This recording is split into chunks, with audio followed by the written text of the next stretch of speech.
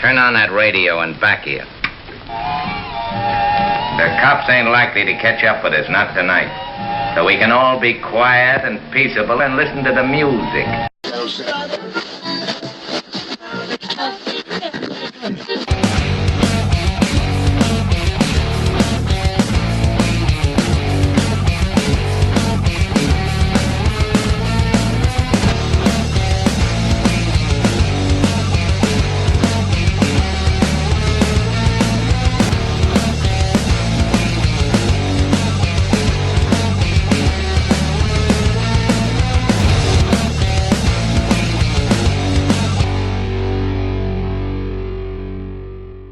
This episode of Auto Dealer Live is brought to you by TrueCar.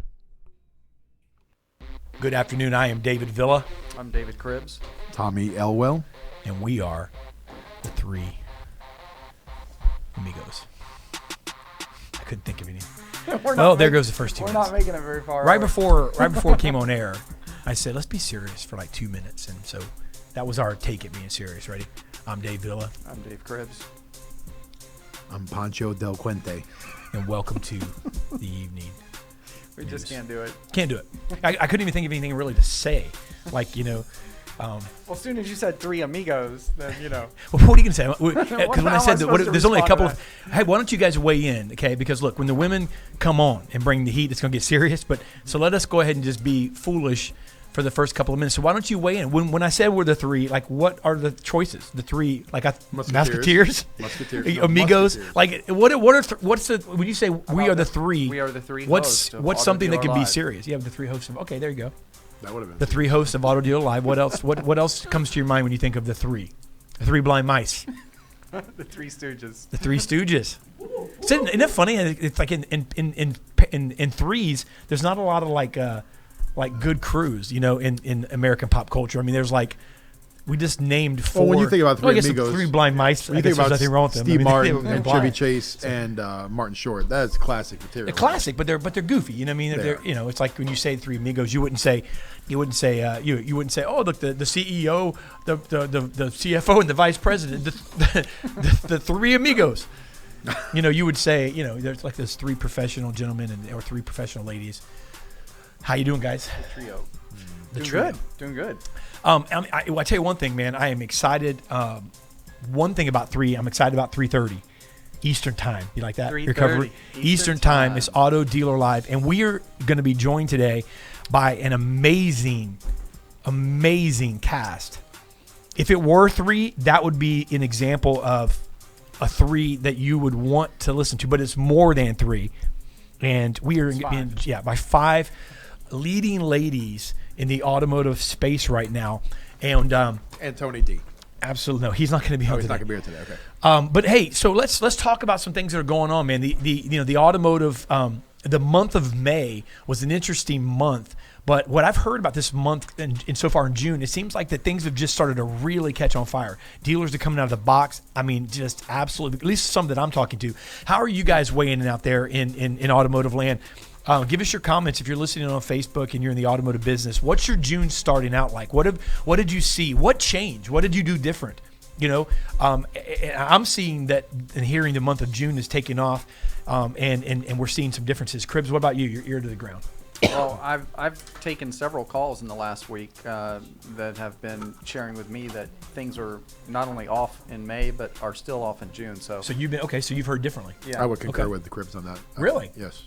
Wow. See, I've actually talked to a couple of owners yesterday that were telling me, telling me that, man, the first 3.5 weeks of May were off, but man, we started closing strong.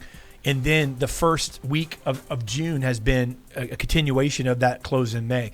So, so really, let's look at this. I mean, is it, in the auto business, sometimes is it regional? I mean, are there things going on maybe in different parts? Because I was talking to another owner, a friend of mine in the last couple of days. He has 4 dealerships that are somewhat in like the South, and they're somewhat rural. But, they're aggressive, and he's telling me that, man, their market, they had an incredible May. He said they broke records in some capacities. I was talking to another general manager in Texas. This is a separate guy. He runs a Nissan and Honda store in outside of Port Arthur, Texas. and his name's Bobby Calloway. He's a good guy. He's a friend of mine, Twin City Honda Nissan. He said that they're not a huge market. He said they sold 190 cars. They averaged about $3,000 a copy and grossed $600,000 in May. He said it was the best month that they had in years. He said, matter of fact, in the last 5 years, it's been the biggest month they've had. And so, what's the differences sometimes in the industry? Is it sometimes the way we look at things? Is it really that the market as a whole? Is it that, maybe the soft market has changed and sometimes we don't adjust ourselves to that, and some of the go-getters that are in the industry today go after business and uncover rocks? I mean, is there something to that? Well, I think there's a little bit of something to everything that you mentioned. So, to pinpoint it and say just in general that this is what's going on in the car business is very tough, because it's different from dealer to dealer, region to region, things like that. I know that overall, most of the manufacturers were down. Some of the ones that have been up for quite a while, like for example, Jeep for the longest time has been carrying the Chrysler brand, and their sales were way off the last couple of months. And luckily, their Ram sales are actually ahead of like Chevy and Silverado, and Ram is kicking butt right now. But Jeep was way off, so that was kind of interesting. By the way, guess what brand was like way up? What? Year to year, month to month? Jaguar. Jaguar, really? yeah. I had put out some huge numbers recently, so that was kind of cool. But to answer your question, there's not really like a. Was that funny? Why? I wasn't. I mean, it was more Jaguar. Well, I mean, I don't know. I did talk to a Wasn't local funny. dealer, though. I mentioned to you earlier that I had several phone calls from people who are just way off. The stores are way off. But I did get a report at a local Toyota store here that their used car department sold nearly 250 cars at $3,100 a copy, and Boom. that was very strong for that particular store. So That's good. That was a good. I think report. some of the separation you'll see, I think it's starting to happen across all commerce. You know what I mean? Where the divide is starting to become a little more vast. You know what I mean? From the haves to the have-nots. I mean, I don't know if that's reflected. That may be reflected in what you said. The Jaguar sales are up, but everything else, domestics and imports are down typically. I don't know. I don't know if the writing's on the wall or not. Nothing's a foregone conclusion yet. What are you guys hearing? So here's the deal. And we're not trying to bring you down. We're just trying to talk about the industry and where we are. But, today I'm interested in the Women in Automotive Conference, and we bring in our panel on in just a moment.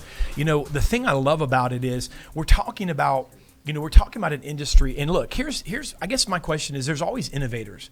There's always people who, in spite of the economy or what's shifting, they're change leaders, they're change agents. Somebody was asking me a couple days ago, how do you define a change leader or a change agent? And I think, a change leader is somebody who realizes and recognizes that the world's changing every single day.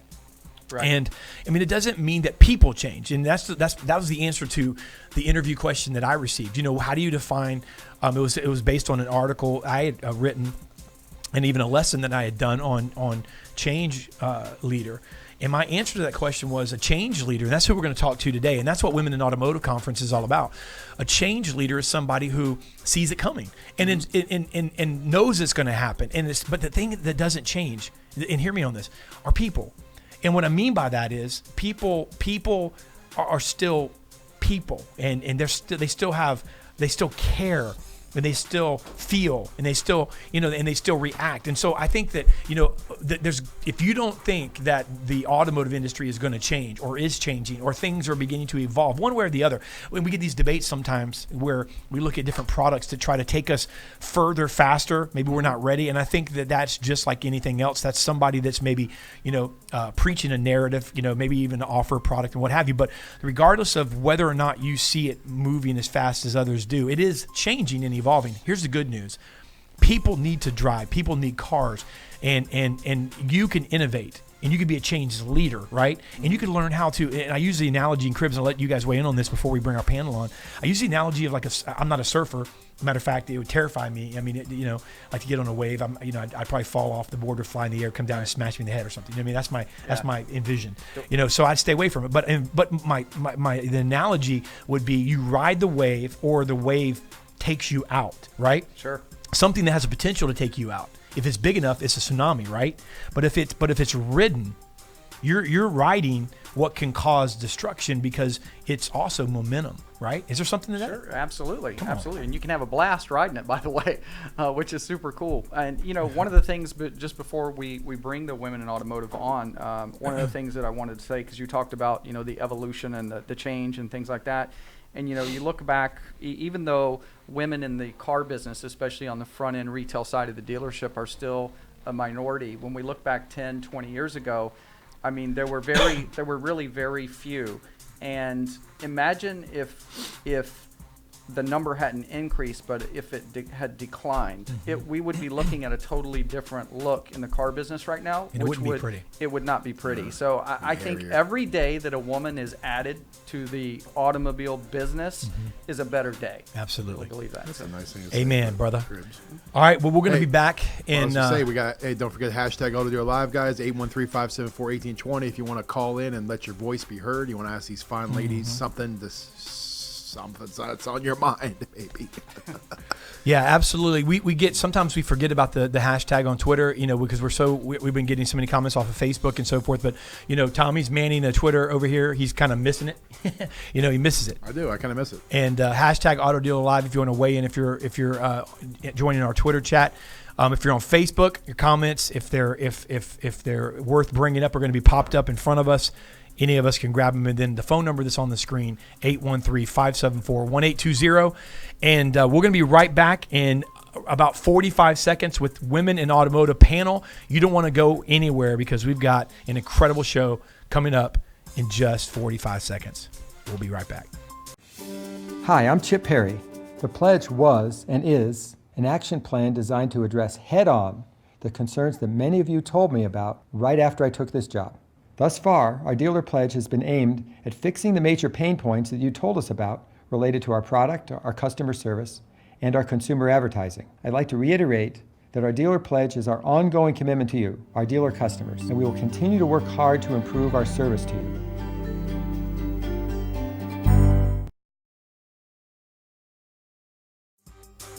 All right, guys, we're back. Thanks for hanging with us. We're going to go ahead and bring in our Women in Automotive panel.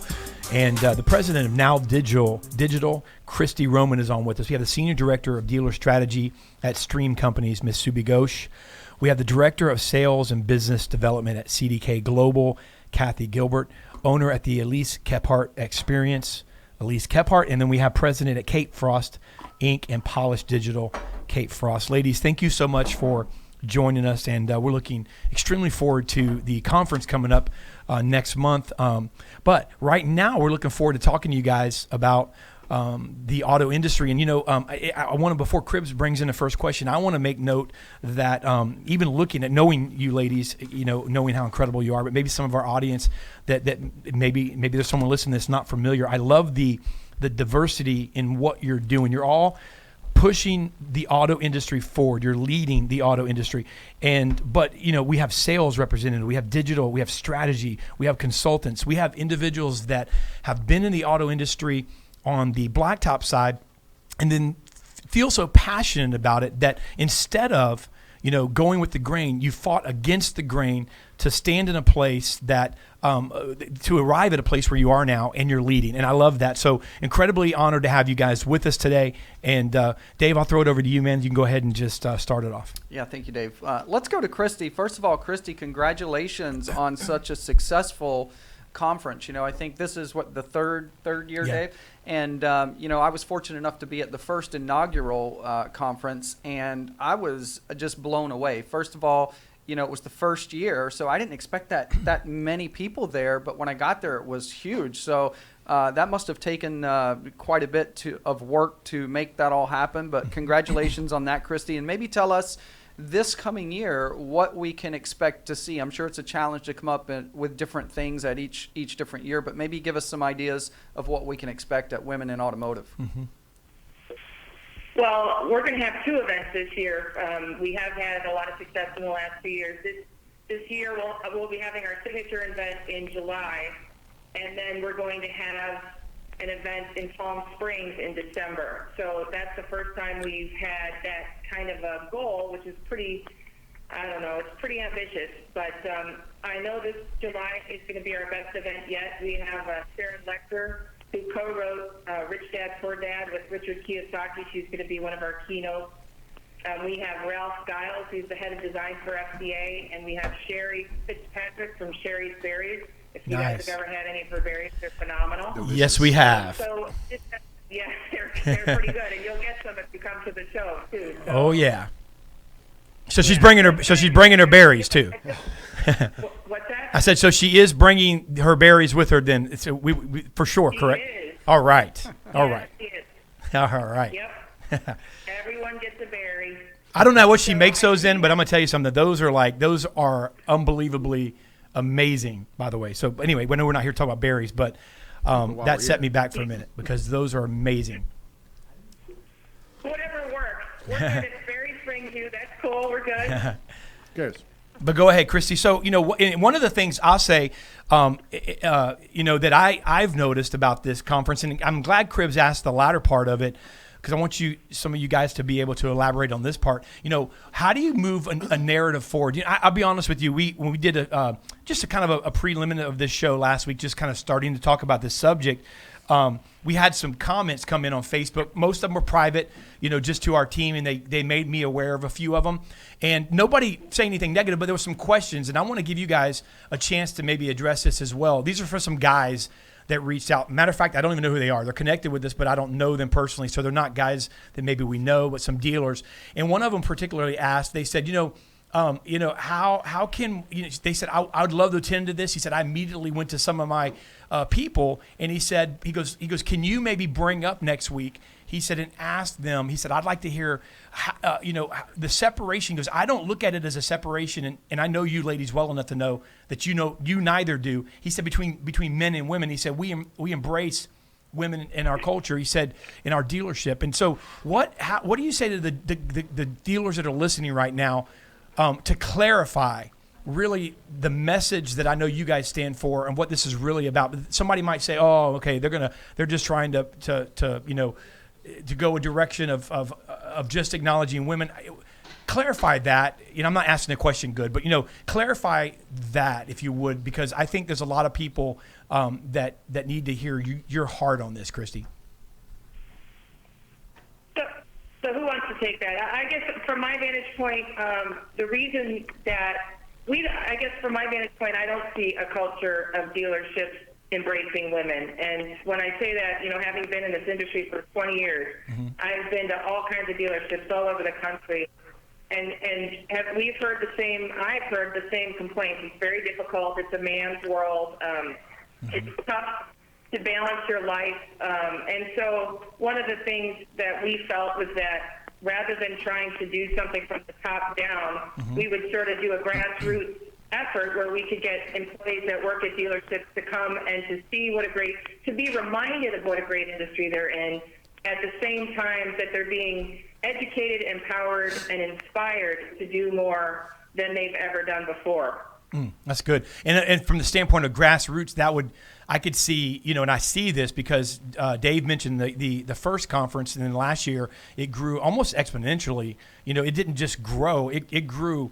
It grew a lot, and I'm anticipating that to be the case this year. And so, it kind of like a grassroots concept, it caught fire and it spread because there's a movement of people trying to get better. And when we were talking in the monologue of the industry, and when you look at the industry and you go, okay, what happens when the economy changes? What happens when if you have some off months? And I think that if you're looking to grow your business as a dealer, I mean, how many different places are there to grow it, right? So if you're not reaching your potential in the narrative, in the area that you guys really push and embrace, wouldn't, as a business owner, you want to go, hey, how can I make my dealership, right, a better place so I can grow my business the right way? Does that make sense, Dave? Yeah, absolutely. Okay, and we'll go to maybe Subi or Kathy. One of you guys maybe want to weigh in on that as well. From growing your dealership, isn't it?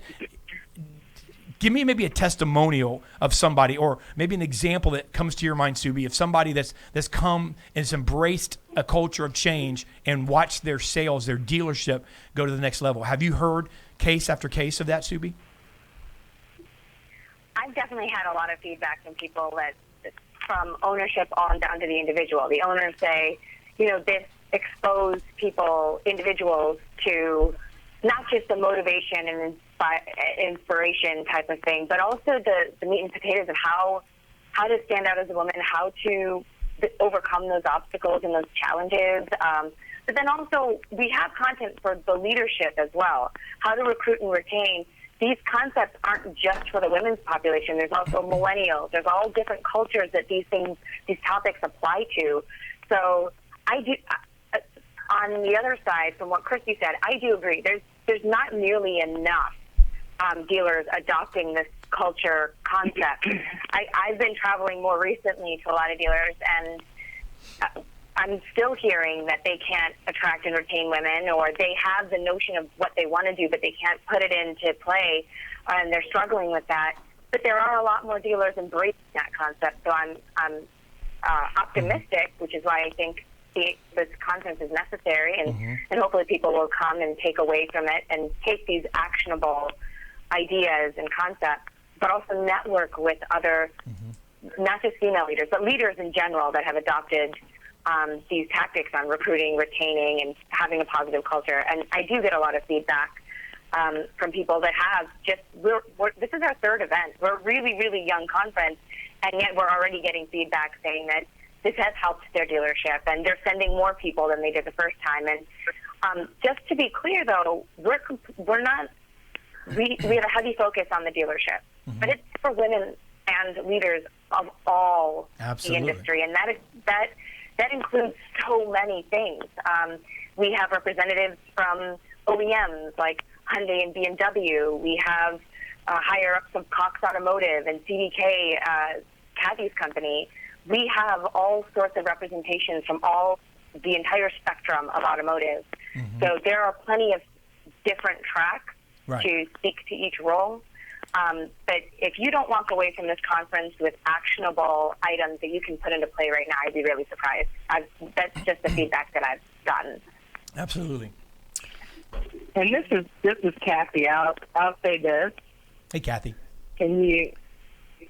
So I work for CDK Global, and I have national responsibility for our women-owned dealers. And that's about 1,000 women-owned dealers across the country. And so we recently did a survey because we really wanted to understand what women dealers are doing to attract, grow, promote, and develop women within their dealership. And so the conference in and of itself, we'll talk a little bit about the survey results. But one of the things that was evident from the survey is that women dealers are doing more to show and make their associates feel more respected, to reduce the bias and harassment that they feel within the dealership. And women that work for women-owned dealerships are more likely to recommend women. So we know if you look at just the talent pool that in 2020 we're going to have a shortage of qualified people, to your point earlier. So what women dealers are doing are a little bit different. They're focusing on coaching the women that are working in their organizations to not only train them, but to develop them and to keep them in the dealership, and we're seeing that happen. The other thing that is really interesting is they're doing a lot more to attract women, and part of that is working with organizations like Women in Automotive, where they're looking at what resources are available to reduce some of the bias that women feel in the industry, as well as to get rid of some of that old boy, male-dominated industry feel. So I would tell you that there are some focus from women-owned dealers to attract more women to this industry, to make them aware of the opportunities that are here. And we're also seeing that men are supporting the women that are there, which is really critical for the women that are going to be successful in this industry. Yeah, absolutely. Thank you very much, Kathy.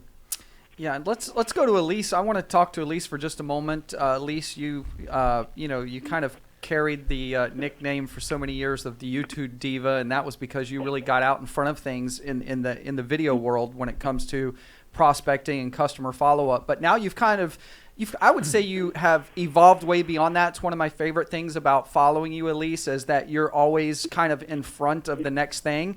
I love some of the things I've been seeing you do now. I won't get into that right now. But when people come to Women in Automotive, you'll be speaking, you'll be doing a session there. What can they expect to see, and why should they really go out of their way to get to this conference? Great question. So, first off, I know it's kind of a backstory on Women Automotive. I remember when Christy and Subi and the whole board, and it must have been years ago, 3-4 years ago, and I think it was in Seattle, that where you guys were kind of coming up with this concept, and it's been awesome to kind of see it develop. And this is actually my first Women in Automotive attendance. The last 2 years, last year I think I was literally like 2 days before my due date of having Jalen's, and the year before that I had pre-arrangements. So it's been kind of a long anticipation on my end, and when I kind of tried to figure out what do I want to speak about, I wanted it to be something that wasn't necessarily exclusive only to women, but something really dealer focused, but that if you are a woman in automotive, from the retail side, something that you'd really be able to take back to your dealership and apply. So I'm actually going to be speaking about, one of the most common questions that I get, whether it's in a forum or just on a private message or text, is how do I gain the trust and earn the sale on a customer who only wants best price? And I think that's kind of a controversial, that's a pretty big topic in our industry. But I'm going to be talking about successful ways to earn those customers, and there is a way to do it. And I'm going to kind of go step by step of ways to do that, utilizing video email, utilizing a very specific follow-up process.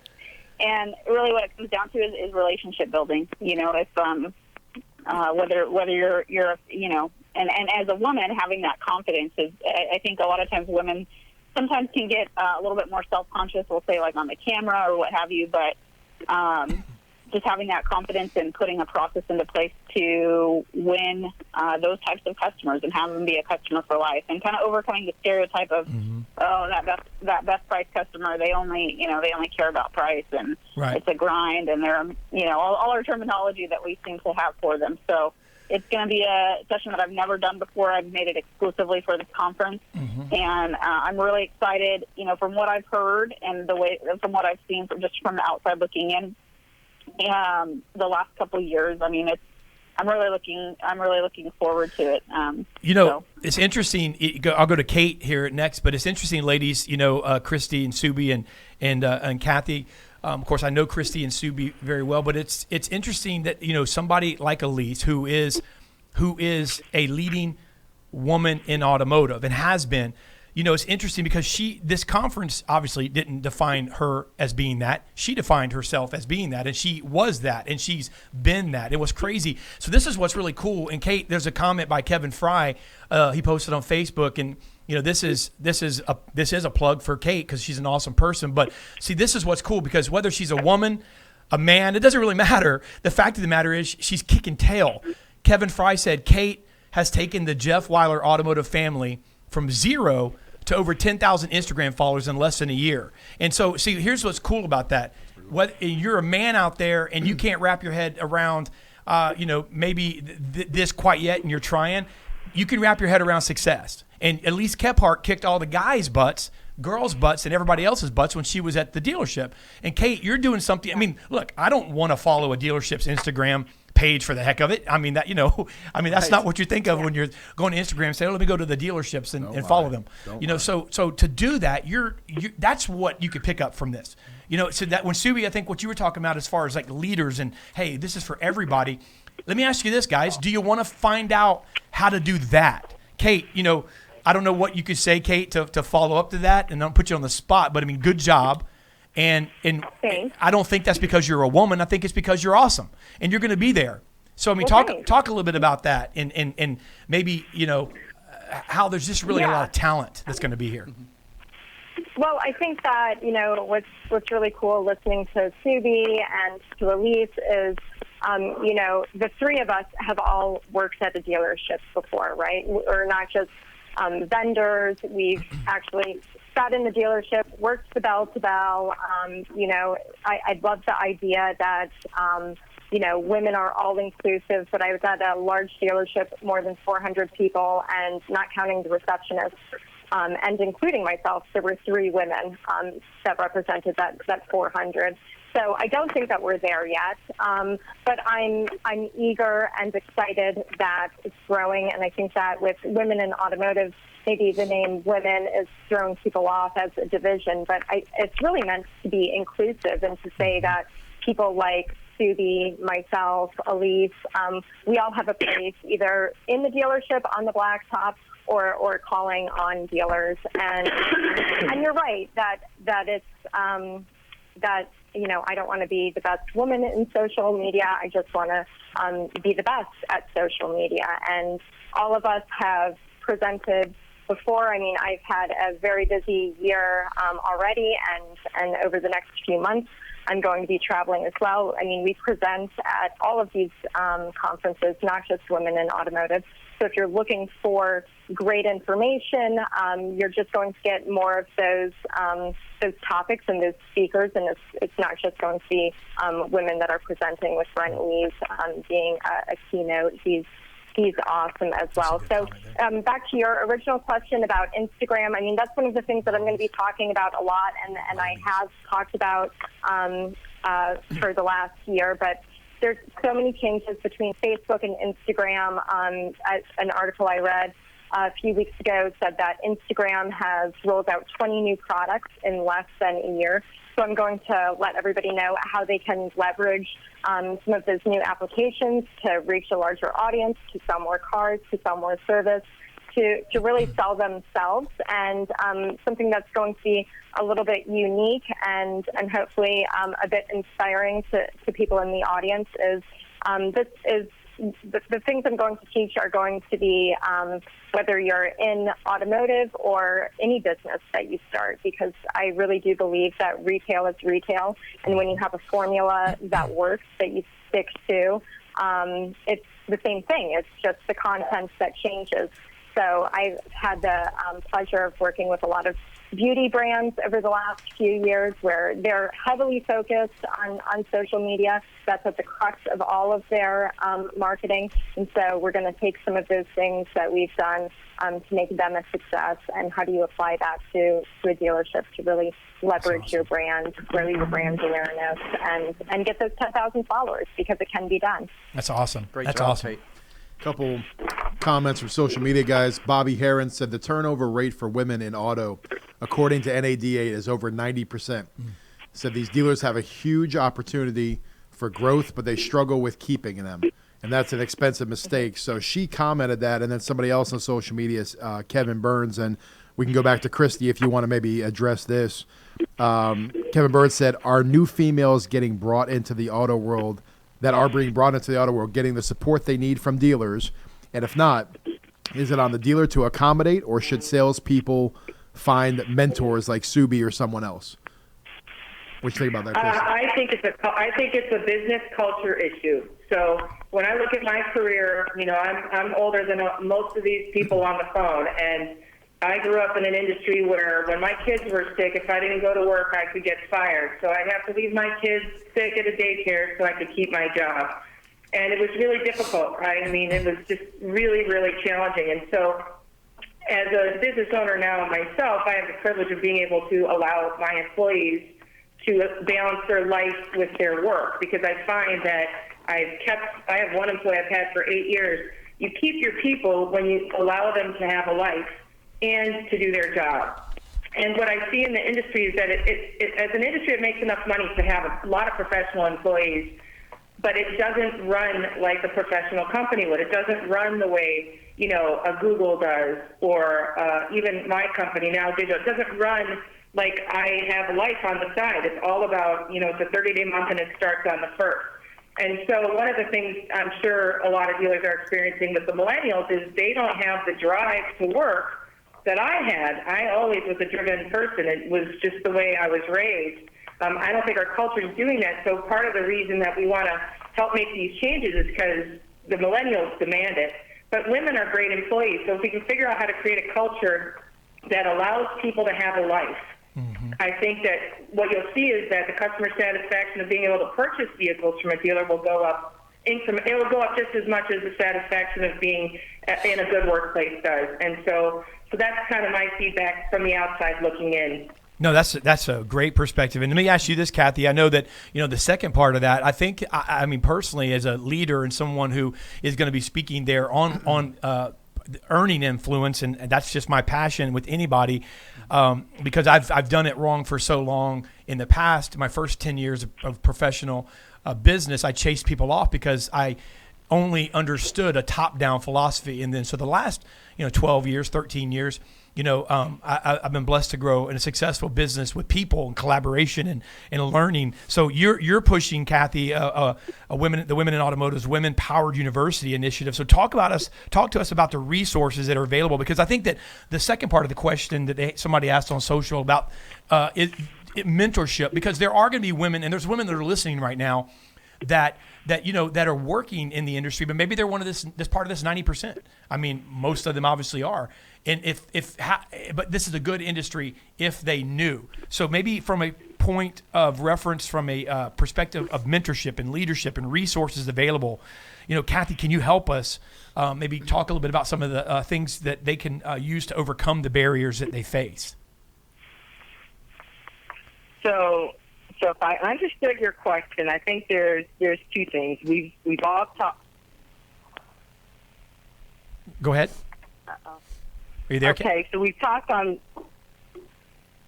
the call about just equal treatment, gender bias that we experience as women in the dealership, and then the long hours, managing work-life balance. One of the things that the survey shows is helping women in terms of the resources is having leaders and mentors, other women that are in the industry that are providing that leadership, that coaching, that guidance. What we see from women-owned dealerships is that they do more of the coaching and the relationship building because they want to not only understand the person and the employees that they're leading, but they also want to make sure that they provide that environment where they can thrive. And so we see that a lot. The second thing that comes up is the knowledge and education, making sure that women know that there are opportunities for them in this industry, whether that's on the manufacturer side, whether that's on the vendor side, or whether that is as part of a retail establishment working in a dealership. Mm-hmm. Christy and I think the other ladies on the call alluded to hard work and dedication is really important. And you have to make sure that you're giving it your all. Because when you come into an industry where it's not normally your strength, you don't see a lot of people that look like you, it's important that you let them know, let your work speak for itself. And so the women that we work with and that we talk to, that's key for them. Mm-hmm. They work hard in this industry. They want to be successful in this industry. And what we also see is that women, once they come into the industry, you have a lot of them that stay. Now, the sales position, to your point, is a little different. There's a lot of turnover on the sales side. Mm-hmm. But women that are working in the dealership tend to come in, and especially if they're working in a family business, they tend to stay longer. Mm. So when I look at what Women in Automotive is doing, the Women Powered University is our first stop. That's an opportunity for anyone that wants to know more about what's happening with women or women in the industry or women in automotive. That's a great place for them to not only to attend webinars where we talk about what's happening and how to be more successful in the industry, but we also provide local events. So in addition to our conference, we have opportunities where there are events that we put on at different places around the country. We recently did an event in Chicago with an organization called Driven. We had about 60 women in attendance, and it was a great opportunity to share, as well as just to learn about other women and network with other women that are in the Chicago area. Right. Because often we go to a conference and we run into people that are right there from the same state that we're in that we didn't know. So this is an opportunity for us to do a better job of networking, helping others know that there are resources out there to help them attract women and to retain women in their organization. Yeah, That's we good. appreciate Thank you, that, Kathy. We just had a comment from Allison Musante. She is the general manager, managing partner at Kuhn Honda here in Tampa. And she said, these women are automotive rock stars. Thank you for being pioneers and for helping women and empowering them and teaching them how to be great. Love what you guys stand for. I want to go to Subi because, we've kind of been kind of dancing around this a little bit. And Dave kind of started this with some conversation. But let's talk about the power of, being able to identify those who are in your audience, they're physically at the conference, being able to identify with women that are coming on stage that are not only getting it done now, but have reached plateaus. I mean, being able to look up on stage and saying, hey, there's another woman who's done this. Talk about how powerful that is for that woman who's maybe just getting started or aspiring to do more in the automotive field. I mean, I could guess as to what the audience is thinking, but I can tell you what I thought when I was helping put this event together. But every single year when I go, I am incredibly blown away by what women have done before me and have opened my eyes to so much possibility that is out there and motivate me. I can speak to that. It's incredible. We had, oh my goodness, I can't remember her name. Tammy Darvish. The things that she spoke at our very first event, and the things that woman has done, going political and changing the game for all of us who come after her, who thinks to do that? So to hear those kinds of stories, to network with those people, to learn from those moments and take notes and apply it to our lives and our dealerships and our companies, that's incredible. So absolutely every time I go, I'm exposed to something new, something bigger that my almost 10 years in the industry hasn't opened me up to thus far. Because we typically go to the same, conferences and we see the same kind of content. But this is, I know I'm biased, but this is very different of an experience. Sure. And so I really hope that more and more people engage with us and come out and see that for themselves. I mean, I could go to a list of who I think are incredible speakers this year if you guys want. I was going to say do that, and then also say how this year differs from years past. Yeah. Sure. So we have Scotty Rice from She Buys Cars, Carrie Wise from True Cars talking about pain points of the women buyer, not just the employees that we've been talking about, but women buyers and such are important topics. Elaine Richards spoke at our very first. She's from Cars.com. She spoke at the very first event, and she blew me away. When we had our recap meeting, when the board got back together, it was the first name out of my mouth. Like, we need to have her back. I'm really excited. She's talking about the power of growth, of a growth mindset for your company.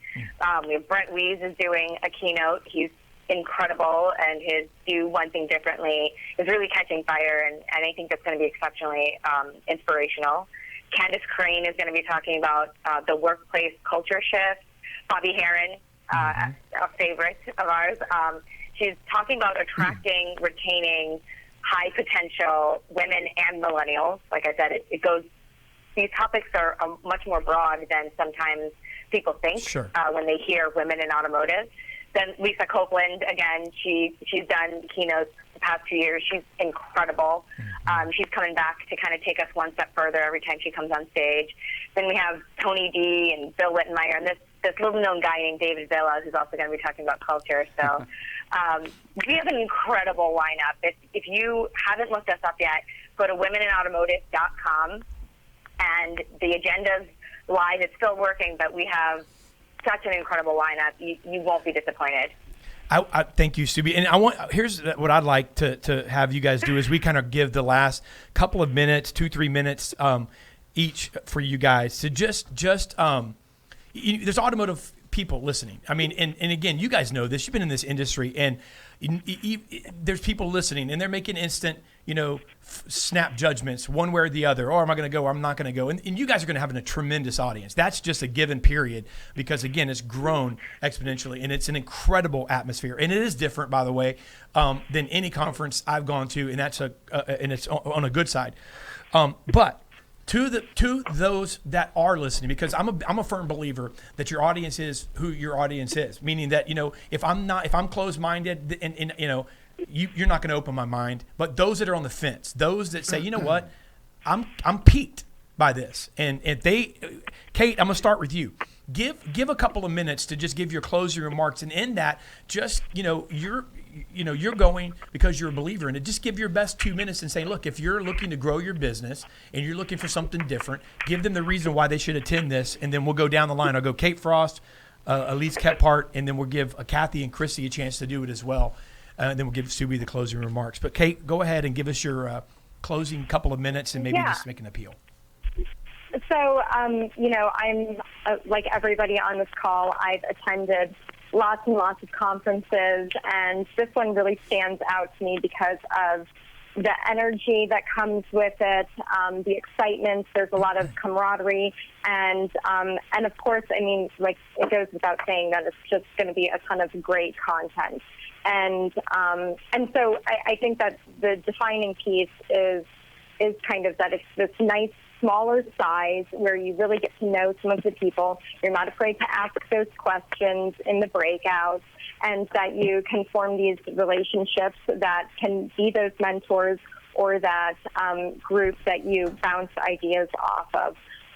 Beyond that, apparently they just opened up a waves pool, and I'm really excited about that. They're going to, something that's really exciting, always looking for that work-life balance, is that this year they're going to have a kids club, and I'm going to be able to bring my son so that he can, go to the kids club while I'm speaking and presenting, and then get to have some of that time with him. I did that last year when I was at the Texas Independent Auto Dealers Association in San Antonio. I brought my son along. He's 8, and he said to me, wow, there sure are a lot of men here. There's not a lot of women, Mom. And so I really want to show him that the industry isn't just filled with men, and that there's other women there as well. So I'm excited about that, and really connecting with all of the women that I respect and admire, and hopefully meeting some new ones, and not just the women, but the men as well. It's cool to be a feminist. Awesome. Well, thank you so much. I think. Hey, you said it. You hit it on the head, and I think that that's incredible that your son is going to have a great experience, because how cool is that? And by the way, the Lazy River, this place is really, really cool. My family actually goes here. We went wave pool 2 or 3 years. Bring your bathing suit. Absolutely. It's a very, very cool place, the Champions Gate there. So cool. We're going to go to Elise Kephart. Elise, give us you're going to join whoever you're speaking to right now with them. Your first time is going to be their first time, possibly. So speak to those and tell them why they need to come along with you and join this deal. Elise, are you there? All right, so we're going to go to Kathy Gilbert. Kathy, maybe we'll get Elise back in a second. Kathy, if you can give us your closing remarks. Thank you so much for being with us. I look forward to meeting you in July. But give maybe the last couple of minutes of an appeal of why dealers should consider sending people coming themselves to Women in Automotive. So I'll say a couple things. I am one of the founding members on the board of Women in Automotive, and so I've been involved with the organization from the beginning. The first conference we did, the very first reception, I walked around and I was the one taking pictures for our group. And every table that I went in, and it was probably 200 people in the restaurant, every one of them grabbed on to another person that they didn't know with a big hug, and before you know it, everybody was getting to know each other. They were taking pictures. They were networking. The energy in the room was amazing. And I have seen that every year. And so if you're looking at how do I meet other women that are in the industry, how do I build a network of resources, and leaders that I can learn from, that's a great way to do it. When I speak to the dealers, what I say to our women dealers that are out there, they are doing a great job. They are supporting women in their organizations. And if you work in a dealership, I would suggest you come. The content that we have, and Kate spoke to it, and the ladies on the call have spoke to it, is food for the mind. And we all need that. But I would tell you that the networking that you get, the people that you meet, is enrichment for the spirit. Because in this industry, you have to be strong. And I think that we have a lot of strong women working in our dealerships. We have a lot of strong women that are leading our dealerships. And this is a great opportunity for them to not only share their experiences, but also to learn and to network and meet other people. So the Women in Automotive Conference is a great one. I've been every year. I look forward to going this year because I know that it's going to be an amazing time. And I love the fact that I have women that are there that are asking me questions and wanting me to share my story with them. And to me, that's one of the best rewards that this program and that this organization provides to other women in this industry. And thank you for having me. Oh, thank you, Kathy. Our pleasure. Kathy. Yeah, and this event, by the way, is July 9th through 11th. That's next month on the 9th to the 11th. We're going to give you a special code here in just a moment. Actually, it's on the screen already. Yep. So you can use the ADL code to get a kind of an early bird price, if you will. And let's go to Christy and give us some closing comments and why everyone should be at this conference. So I come at this from a little bit of a different viewpoint because I look at this from an industrial or from a revolutionary standpoint, if you will. With all the disruptive technologies that are out there, if you go back and look at the Industrial Revolution, the dot-com revolution, all these things have happened because of disruptive technologies. And so one of the concerns I have is that buying a car for a majority of people is a really unpleasant experience. And so in the interest of preserving an industry, I think that we need to really understand that if we can't make customers happy, if we can't keep people in our dealerships and our businesses that can do the customer service so that people are happy, the franchise model, in my view, is fundamentally broken right now. And so part of what we're trying to do is help to fix that, because it's not just women, it's millennials. So this whole culture thing it's critical. It's absolutely critical, not just for the survival of each individual dealership, but for the industry as a whole. And since I kind of like my job, I'd like to see us work harder at trying to figure out how we can make the customers happier. That's good. That's good. That's a great perspective. Amen. Yep. You can't go wrong with that. You make the customers happier, then you keep customers, and then the business stays a business. So great point, Christy. Awesome job. And Subi will give you the closing remarks. And thank you guys all for being with us. It's been our pleasure to have you. Look forward to a great conference. And Subi will give you the closing remarks. She's tweeting. Oh, she's tweeting? Subi, can you hear us? Subi. I can see Subi. Can you hear us? I'm back. Oh, there you are. We panned to you really quick while you were tweeting, but go ahead. So give us your closing remarks. No. You were counting. I disconnected the moment you said, go Subi, and I was like, great. But I just want to hit on, I think everyone said why you should join, why you should send your people, why you should come. I think I can highlight two quick things. Okay. What happens at Women in Automotive is beyond what's on the agenda. I think that's what I could take away from attending myself, even though we were behind the scenes and doing everything. The time in the pool afterwards, it was just so relaxed and inviting, and people were their guards were down, and just incredible brain meld kind of content was happening. So I would just say it's far beyond the agenda. There's just so much more happening in this, what I call a movement. And so in saying that, I want to make sure that men know you're not just invited, you're welcome with open arms. We're not going to move this industry forward on our own. It's all of us coming together that we move this industry forward. So I would really encourage you to consider attending as a male. We have incredible male speakers. They kind of, a couple of the guys that attended last year came up to me and they said, you know, when people first said women in automotive, we had the joke that, oh, well, we should have men-only conferences, and only since I came here did I realize how different it is as a female going to the regular conferences and as a man to attend this. So we're definitely drawing more of a diverse crowd, and we're really excited about that. But the other thing I want to highlight is it's very approachable. Every speaker, every attendee, really approachable. So if you look up somebody on the agenda and you really think their topic's interesting, engage with them, engage with us. You can look me up at Subi101. I at Polished Digital on certain is any and all of Kate's tags, and the Elise Kephart experience and Christy.